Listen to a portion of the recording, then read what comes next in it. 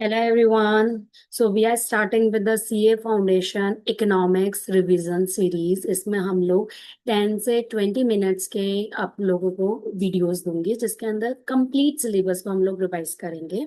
So here the first video is on the nature and scope of business economics जिसका weightage आप लोगों का exam में 5 marks का रहता है.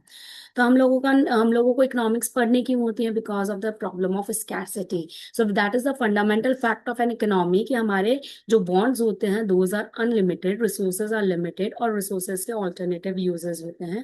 That creates a problem of scarcity. Now which scarcity? It creates a problem of relative scarcity. It is not the absolute scarcity. और scarcity की वजह से there is a problem of choice making and allocation of resources. फिर this problem is face by everyone. हर कोई इस problem को face करता है. Every nation, every society, every individual without any exception. इसका कोई एक्सेप्शन नहीं है.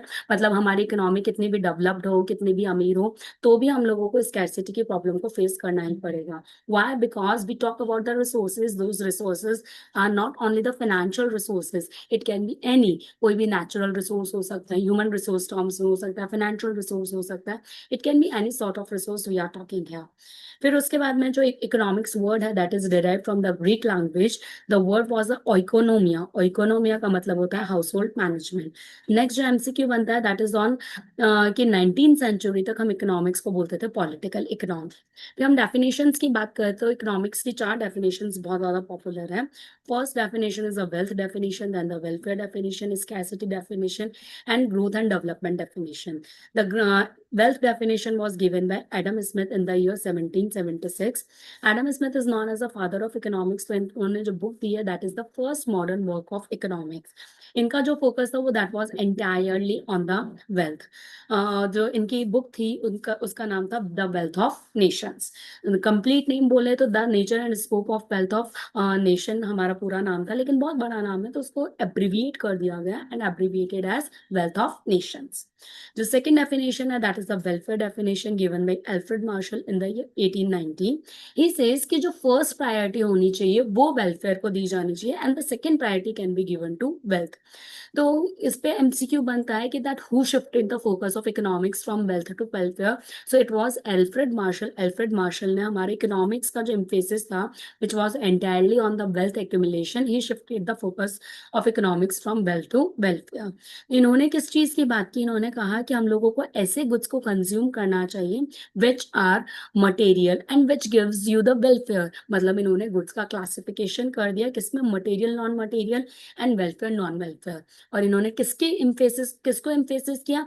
ऐसे गुड्स को कंज्यूम करो जो मटेरियल है, which can be seen, which can be touched, which has some physical existence and which gives the welfare. मतलब जो आपके लिए फायदेमंद है, जो आपके लिए फायदेमंद है ऐसे गुड्स को आप कंज्यूम करें. Next definition is the scarcity definition which is given by Lionel Robbins in the year 1931. अब यहाँ ध्यान रखना जो अल्फ्रेड मार्शल ने गुड्स को क्लासिफाई किया था, लियोनेल रॉबिन्स ने उस क्लासिफिकेशन को हटा दिया. उन्होंने कहा कि भैया जो हम गुड्स कंज्यूम करते हैं, इंसान तो हर तरीके की गुड्स को कंज्यूम करता है. ऐसा है नहीं कि आपको पता है मोमोज आप लोगों के लिए नुकसान करते हैं लेकिन फिर भी हम उसको कंज्यूम करते हैं. हमें पता है मूवीज हमारा टाइम वेस्ट करते हैं but still we spend a lot of time on watching reels, watching Netflix. हम लोग मूवीज देखने में बहुत ज्यादा टाइम वेस्ट करते हैं. तो हम हमारी रियल लाइफ में हर तरीके के गुड्स को कंज्यूम करते हैं, whether these are material, whether these are non material, whether these are welfare, whether these are non welfare. तो स्कैरसिटी डेफिनेशन जो लियोनेल रॉबिन्स ने दी थी, उन्होंने कहा there should be neutrality between ends. ये वर्ड्स ऐसे के ऐसे ही पूछे जाते हैं, neutrality between ends. That means there should not be any classification of ends. Ends means what? इनकी डेफिनेशन में दो नए टर्म्स हैं, एक तो एंड्स, एक है मीन्स. एंड्स का मतलब होता है बॉन्ड्स और मीन्स का मतलब होता है रिसोर्सेस. तो इन्होंने इसी चीज को फोकस किया. इन्होंने रिलेशनशिप बताई हमारी जो अनलिमिटेड एंड्स होती है और जो स्कैर्स मीन्स है उसको रिलेशनशिप में बताया. और ये डेफिनेशन को बोला जाता है universal definition. Now the again MCQ comes here, which definition is the universal definition? So the scarcity definition is the universal definition. Next one is the dynamic growth and development definition which is given by Paul Samuelson in the year 1948. इन्होंने एक नया element involve कर दिया that is the time element. बाकी सब कुछ same है. तो इन्होंने किस पे फोकस किया? सेविंग्स पे फोकस किया. So his definition is known as the modern, modified and more satisfactory definition. आगे हम बात करते हैं तो नेचर ऑफ इकोनॉमिक्स। तो इकोनॉमिक्स को बोला गया economics is both science as well as art. जब भी हम इकोनॉमिक्स को एज ए साइंस पढ़ते हैं that means we are studying the problem. Problem के स्टडी को हम बोलते हैं it is the study of science. और जब भी हम उसके सॉल्यूशंस की बात करते हैं then it is the study of art. मतलब क्या है साइंस? साइंस क्या होता है? साइंस में हमेशा कुछ ना कुछ cause and effect relationship exist करता है। That is a systematic body of knowledge. Future predictions possible होते हैं, यूनिवर्सल एप्लीकेबिलिटी होती है, लॉज को हम टेस्ट कर सकते हैं। तो ये सारी चीजें हमारे इकोनॉमिक सब्जेक्ट में भी एग्जिस्ट करती है। तो हमने कहा इकोनॉमिक्स इज ए साइंस। और जब हम इसको प्रैक्टिकली अप्लाई कर सके हमारे सॉल्यूशंस में, हम जब प्रॉब्लम्स को सॉल्व कर रहे हैं हमारी पॉलिसीज में, हमारे बिजनेस में, जब इसको हम प्रैक्टिकली अप्लाई कर सके तब हम बोलते हैं that economics is a art. तो जिस भी चीज को हम प्रैक्टिकली यूज कर सकते हैं वो आर्ट की तरह है। फिर आगे और चलते हैं तो नेचर ऑफ इकोनॉमिक्स। तो the economics can be positive और इट कैन बी नॉर्मेटिव। जो है जैसा है उसको वैसा का वैसा बोलना is the positive economics. But the idealistic situation, क्या होना चाहिए क्या नहीं होना चाहिए, क्या सही है क्या गलत है, तो आइडियलिस्टिक सिचुएशंस की बात करें, सॉल्यूशंस की बात करें, सजेशंस की बात करें तो ये नॉर्मेटिव है। पॉजिटिव नॉर्मेटिव से हर बार क्वेश्चंस आते हैं। दो तरीके के क्वेश्चंस आते हैं, या तो कैरेक्टरिस्टिक बेस्ड क्वेश्चंस आते हैं या एग्जाम्पल बेस्ड क्वेश्चन आते हैं। आपको स्टेटमेंट दिया है और आपसे पूछा है कि हम पॉजिटिव है या नॉर्मेटिव, तो कैसे क्लासिफाई करेंगे? अगर if the subject if the emphasis is on what is, तो व्हाट इज हमारा पॉजिटिव है, लेकिन व्हाट ऑट टू बी या what should be normative economics को फोकस करता है। If we study the things as they are तो वो पॉजिटिव है। लेकिन अगर हम आइडियलिस्टिक सिचुएशंस की बात करें, क्या सही है क्या गलत है उसकी बात करें, then it is a normative economics. That means positive किसकी बात कर रहा है? फैक्ट्स की बात कर रहे हैं, इंफॉर्मेशन की बात कर रहा है जिसको हम रीवेरीफाई कर सकते हैं। हमेशा देखना जो फैक्ट्स होते हैं वो हर इंसान के लिए सेम होते हैं, so it is objective in nature. But जो ओपिनियन होती है that differs from person to person, so we say that normative is subjective in nature. जब भी हम कोई भी प्रॉब्लम्स की बात कर रहे हैं तब हम बात कर रहे हैं प्रॉब्लम्स की, इश्यूज की बात कर रहे हैं, तब हम बात कर रहे हैं पॉजिटिव इकोनॉमिक्स की।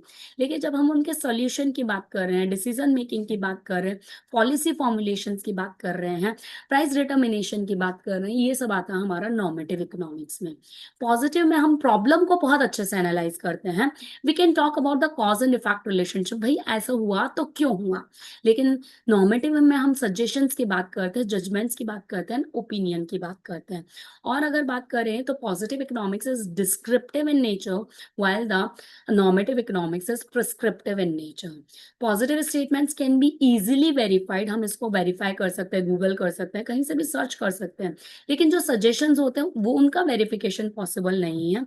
तो these statements can not be tested, can not be verified. तो हमें ये चीजों का ध्यान रखना होता है। फिर आगे हम बात करते हैं ब्रांचेस ऑफ इकोनॉमिक्स। तो इकोनॉमिक्स के दो ब्रांचेस है, it involves microeconomics and macro economics.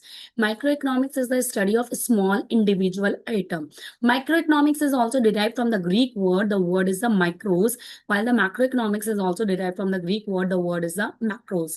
When we talk about the individual study, जब भी हम individual level पे study कर रहे हैं, individual level मतलब if we are talking about the household firms, इनकी study कर रहे हैं then it is the microeconomics। और अगर हम complete environment की स्टडी कर रहे हैं then it is the macroeconomics. तो माइक्रो इकोनॉमिक्स को हम प्राइस थियरी भी बोलते हैं, पार्शियल इक्विलिब्रियम भी बोलते हैं, स्लाइसिंग मेथड भी बोलते हैं, या फिर माइक्रोस्कोपिक स्टडी भी बोलते हैं। वैसे ही हम मैक्रो इकोनॉमिक्स को income and unemployment theory, aggregate economics, general equilibrium method, lumping method या टेलीस्कोपिक स्टडी भी बोलते हैं। माइक्रो और मैक्रो में मेजर डिफरेंस क्या है? We talk about the resource allocation. जब भी रिसोर्स अलोकेशन की बात हो रही है then it is microeconomics. और जब भी एनवायरमेंटल की स्टडी की बात हो रही है it is macro economics. Individual level की बात हो रही है, हाउस होल्ड या फॉर्म की बात हो रही है, इट इज माइक्रो इकोनॉमिक्स। अगर हम इंडस्ट्री की या नेशन एज अ होल की बात करें it is macroeconomics. Examples बड़े इंपॉर्टेंट है, डायरेक्ट एग्जाम्पल्स पूछे जाते हैं, प्रोडक्ट प्राइसिंग हो, कंज्यूमर प्राइस बिहेवियर हो, फैक्टर प्राइसिंग हो। Economic condition of a particular section की बात करें, इकोनॉमिक कंडीशन मैक्रो इकोनॉमिक है, लेकिन of a section of people then it becomes the microeconomic. Behaviour of firm micro का part है, industry macro का पार्ट है, लेकिन अगर एक पर्टिकुलर लोकेशन की बात करें, कोई भी पर्टिकुलर चीज की बात करें then it becomes the macro.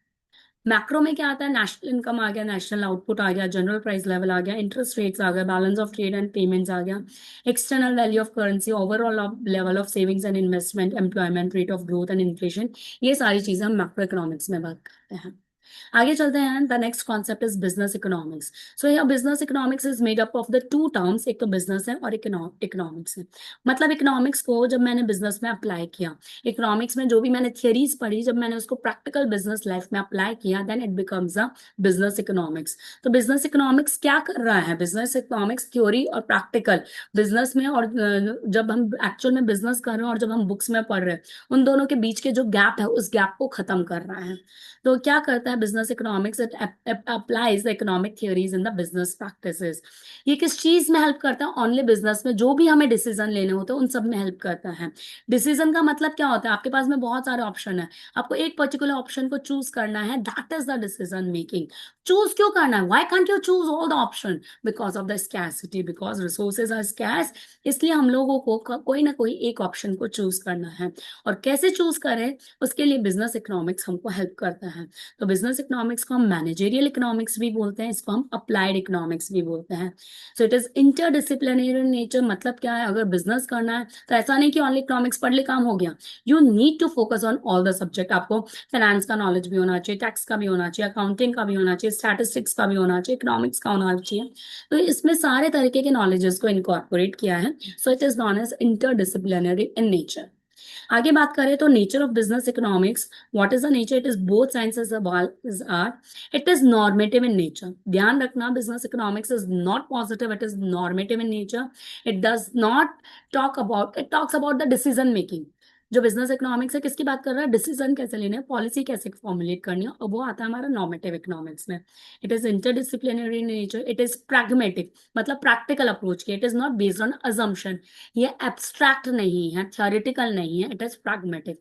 ये माइक्रो इकोनॉमिक्स की study, because we are talking about कि हमें बिजनेस में कैसे डिसीजन लेना है, एक फॉर्म की स्टडी कर रहे हैं। So it is micro economics in study.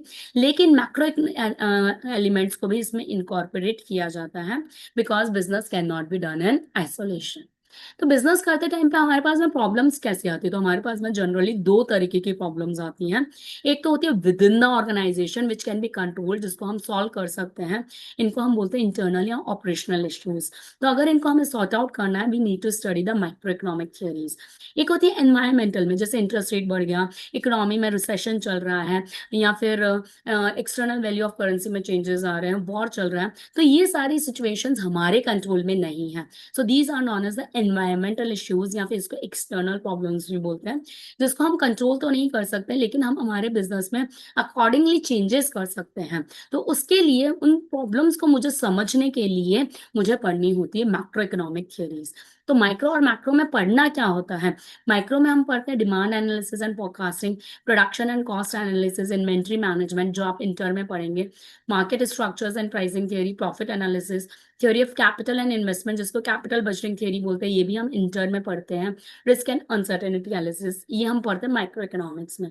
Macro में क्या पढ़ते हैं हम? Economic system, what are the types of economic system, it can be capitalist, socialist, mixed economy, business cycles, it can be recession, contractions, ये सब के बारे में पढ़ते हैं। National aggregates, national income, national output, national expenditures, government policies जिसमें monetary policies, fiscal policies आती हैं, फाइनेंशियल सेक्टर किस तरीके से काम कर रहा है, पॉलिटिकल एनवायरनमेंट किस तरीके से काम कर रहा है, तो इन सब के बारे में हम पढ़ते हैं।